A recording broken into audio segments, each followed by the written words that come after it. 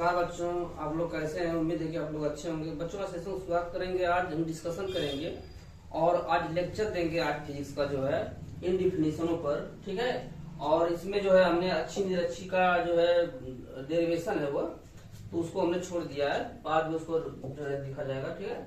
देखिए, वैद्युत आवेश दिया है, आवेश क्वांटिकरण का सिद्धांत है, कूलॉम का नियम है, पहला चैप्टर है फिजिक्स का। और हमने इसका वीडियो बहुत हमने डाला है यूट्यूब पर जो है चैनल पे, ठीक है। और आज हम डिस्कशन करेंगे इसके बारे में, ठीक है। कूलॉम का नियम है, वैद्युत क्षेत्र है, वैद्युत क्षेत्र तीव्रता है, वैद्युत ध्रुव, वैद्युत ध्रुवागुण है, वैद्युत रेखाएं। इसमें से क्वेश्चन बच्चों आप बोर्ड का पेपर देखेंगे तो बहुत ही क्वेश्चन आया रहता है इसमें से, ठीक है। तो सबसे पहले हम चलते हैं वैद्युत आवेश, ठीक है। तो वैद्युत आवेश क्या होता है, ठीक है। वह मूल कारण जिसकी उपस्थिति से कोई वस्तु किसी दूसरे वस्तु को, ठीक है, अपनी ओर आकर्षित करती है, उसको हम लोग कहते हैं क्या, वैद्युत आवेश कहते हैं, ठीक है। जिस मूल कारण की उपस्थिति से, मतलब मूल कारण की उपस्थिति से कोई वस्तु किसी अन्य वस्तु को अपनी ओर आकर्षित करती है, खींचती है, उसको हम लोग वैद्युत आवेश कहते हैं। याद हो गया। चलते हैं आवेश क्वांटीकरण का सिद्धांत। आवेश का क्वांटीकरण का सिद्धांत कह रहा है बच्चों, किसी वस्तु को जो दिया गया आवेश होता है वह सिर्फ न्यूनतम इकाई के पूर्ण गुर्जों के रूप में ही दिया जा सकता है। न्यूनतम इकाई के पूर्ण गुर्जों के रूप में ही दिया जा सकता है। यदि किसी वस्तु को दिया गया आवेश जो है Q बराबर प्लस माइनस n है, ठीक है, समझे ना, जहां n बराबर कोई पूर्णांक, ठीक है, n बराबर क्या होता है, कोई पूर्णांक हो जाता है, ठीक है। फिर से डिफिनेशन देख लीजिए इसको, ठीक है। किसी वस्तु को जो दिया गया आवेश होता है वह केवल न्यूनतम इकाई के पूर्ण गुर्जों के रूप में ही दिया जा सकता है। न्यूनतम इकाई मतलब स्मॉल ई व्यक्त कर लेते हैं, ठीक ना, गुर्जों के रूप में ही दिया जा सकता है, जिसको हम लोग आवेश क्वांटीकरण का सिद्धांत कहते हैं, ठीक है बच्चों। कूलॉम का नियम चलते हैं बच्चों, ठीक है। कूलॉम का नियम एग्जाम जो है आपका वाइवा जो फिजिक्स का होता है उसमें बहुत पूछता है कि दो स्थिर बिंदु आवेशों के बीच लगता है कूलॉम आकर्षण और प्रतिकर्षण बल की जो है आवेश चलते रहेंगे तो आवेश स्थिर होगा, तभी वो नियम इसका बना, ठीक है। तो कूलॉम के नियम के अनुसार कि दो स्थिर बिंदु आवेश हों, दो आवेश हमारे पास Q1 और Q2 है, ठीक है। दो स्थिर बिंदु आवेश हो, स्थिर आवेश रहेंगे तभी आकर्षण प्रतिकर्षण कार्य करेगा, ठीक है। कि दो स्थिर आवेशों के बीच लगने वाला आकर्षण प्रतिकर्षण बल उन दोनों आवेशों की मात्राओं के गुणनफल के अनुपाती, ठीक है, और उनके बीच की दूरी तथा उनके बीच की दूरी के वर्ग के व्युत्क्रमानुपाती होता है, ठीक है बच्चों। ये डिफिनेशन हमारी इसकी होगी। दोनों को मिला देंगे बच्चों तो यह अनुपात Q1 Q2 बटा R स्क्वायर बनेगा। अनुपात जब बटा देंगे तो यह बराबर जो है हमारा बन जाएगा यह K Q1 Q2 बटा R स्क्वायर। K का मान प्रयोगों द्वारा देखा गया बच्चों तो 1 बटा 4 पाई एप्सिलॉन नॉट भी होता है Q1 Q2 बटा R स्क्वायर, ये न्यूटन हो जाएगा हमारा, ठीक है। ये कूलॉम का नियम है। और बदलेंगे तो और बड़ा जाएगा प्रोसेस इसका, ठीक है। बड़ा का मतलब हुआ इसका मान K का 9/10 होता है। मात्रक यहाँ से निकाल लेंगे न्यूटन मीटर स्क्वायर पर कूलॉम स्क्वायर, ठीक है।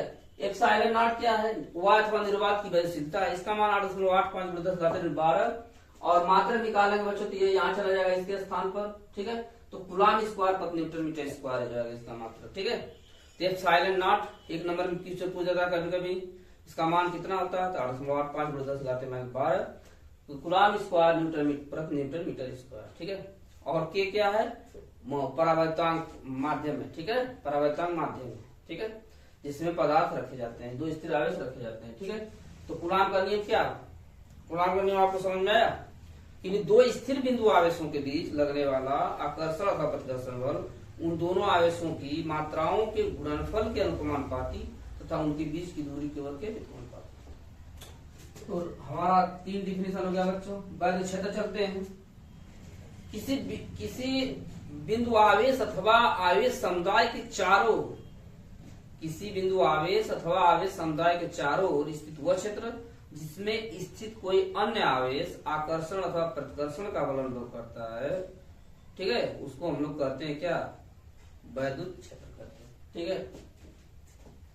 किसी आवेश अथवा आवेश समुदाय के किसी बिंदु आवेश अथवा आवेश समुदाय के चारों ओर स्थित वह क्षेत्र जिसमें स्थित कोई अन्य आवेश आकर्षण का प्रतिकर्षण बल का अनुभव करता है उसे वैद्युत क्षेत्र कहते हैं। अब आ गया बच्चों वैद्युत क्षेत्र तीव्रता। बल क्षेत्रफलता को इस व्यक्त करते हैं, ई बराबर यह बटा क्यू नॉट होता है बच्चों। ठीक है, वैद्युत क्षेत्र में रखिए किसी परीक्षण धनावेश पर लगने वाले वैद्युत बल तथा परीक्षण आवेश के अनुपात को कहते हैं बल क्षेत्रफलता। मात्रक न्यूटन प्रति कूलम होता है बच्चों। ठीक है, इसका मात्रक जो है न्यूटन प्रति कूलम होता है। ठीक है, इसकी बीमा अगर आप निकालेंगे तो mLT के पावर -2 इसकी बीमा होती है, और आवेश की बीमा निकालेंगे तो Q बराबर IT होता है, तो 80 हो जाएगा। तो टोटल मिल जाएगा T ऊपर जाएगा तो -1 तो -3 हो जाएगा। ठीक है, E के पावर -1, ये इसकी बीमा हो गई। ठीक है बच्चों, वैद्युत क्षेत्र में रखे किसी परीक्षण धनावेश पर लगने वाले वैद्युत बल तथा परीक्षण आवेश के अनुपात को हम लोग कहते हैं वैद्युत क्षेत्र की तीव्रता। बहुत इंपॉर्टेंट बच्चों, अक्सर बोर्ड एग्जाम में पूछता है क्वेश्चन। फिर वैद्युत ध्रुव चलते हैं बच्चों। ठीक है, वैद्युत ध्रुव आघूर्ण। तो वैद्युत ध्रुव आघूर्ण अक्सर पूछता है डिफिनेशन, अगर 1 नंबर पूछेगा तो वैद्युत ध्रुव का पूछेगा, 2 नंबर पूछेगा तो वैद्युत ध्रुव आघूर्ण पूछेगा। ठीक है बच्चों, तो वैद्युत ध्रुव क्या होता है? ऐसा निकाय जिसमें दो बराबर परंतु विपरीत प्रकार के आवेश। ठीक है, तो ऐसा ये निकाय होता है। दोनों की डिफिनेशन हम लोग जब चलेंगे, ठीक है, तो यहाँ पर हम ऐसे करके इसका चित्र बना सकते हैं बच्चों। ठीक है, यहाँ पर जो है देखिए ऐसे होता है। ठीक है, इसको पूरा रंग जाता है। ये दूरी L2L होती है, इसमें हमने H प्लस और Cl माइनस के बीच की दूरी हमने लिया था इसमें। ठीक है, ये दूरी हमने लिया था और हमने बताया था इसकी दूरी 0.1 एंगस्ट्रॉम होती है, अर्थात 1×10⁻⁻11 मीटर की होती है दूरी। ये Cl के बीच। ठीक है, ये अणु और इसके बीच दूरी 2L हो जाएगी। यह आवेश प्लस Q, यहाँ पर -Q आवेश रहेंगे, दो विपरीत प्रकार के। ठीक है, तो ऐसा निकाय जिसमें दो बराबर परंतु विपरीत प्रकार के आवेश एक दूसरे से अल्प दूरी 2L पर स्थित होते हैं, उसको हम लोग कहते हैं वैद्युत ध्रुव। और वैद्युत ध्रुव आघूर्ण क्या होता है बच्चों? वही वैद्युत ध्रुव आघूर्ण को 20 व्यक्त करते हैं, P बराबर 2QL हो जाता है। ठीक है, मात्रक जो है इसका जो है कूलम मीटर हो जाएगा। क्या हो जाएगा?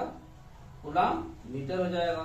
ठीक है, तो इसका क्या है? वैद्युत ध्रुव आघूर्ण की डिफिनेशन क्या है? किसी निकाय की रचना करने वाले दो बिंदु आवेशों में से, किसी निकाय की रचना करने वाले दो बिंदु आवेशों में से एक आवेश के परिमाण और दोनों आवेशों के बीच की दूरी। तो जो पहले हमारा ये आता है P बराबर, तो पहले हम लोग ऐसे लिखते हैं Q गुणे 2L अल्प दूरी। ठीक है, इसके बाद ये चीज आता है।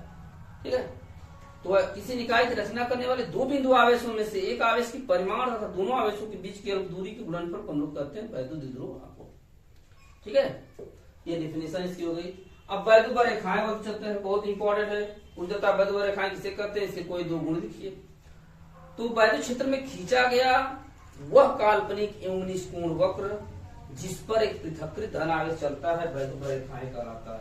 अगर हम यहाँ जो है प्लस ले लें, यहाँ पर माइनस ले लें, तो वैद्युत रेखाएं ऐसे जाएंगे बच्चों। ठीक है, जो धन सिरे से प्रारंभ होती है ऋण सिरे से समाप्त हो जाती है। ठीक है, यहाँ से हम लोग जो है वैद्युत रेखाओं को दर्शाते हैं। समझा ना? तो इसका आप लोग हम लोग वीडियो इसका डाले हैं, उसको डिटेल्स आप देख सकते हैं। वैद्युत क्षेत्र में खींचा गया हुआ काल्पनिक एवं निष्कोण वक्र जिस पर एक पृथक्कृत धन आवेश चलता है वैद्युत रेखाएं कहलाते हैं। इसके दो गुण हम चलेंगे। पहला है वैद्युत रेखाएं धन सिरे से प्रारंभ होती हैं और ऋण सिरे पर समाप्त हो जाती हैं। दूसरा, वैद्युत रेखाएं खुले तथा बंद दोनों वक्रों के रूप में होती हैं। और तीसरा है बच्चों, वैद्युत रेखाएं एक दूसरे को कभी नहीं काटती हैं। अगर काटेंगी तो कटान बिंदु पर दो स्पर्श रेखाएं निकल जाएंगी, जो कि क्या है असंभव। तो यह रहा बच्चों डिस्कशन हमारा फिजिक्स का। वीडियो ज्यादा अपने दोस्तों तक शेयर करिए, और जो लोग चैनल पर नए हैं चैनल को सब्सक्राइब करना न भूलें। वीडियो को ज्यादा से ज्यादा देखिए, इसको रिपीट करके देखिए, बार बार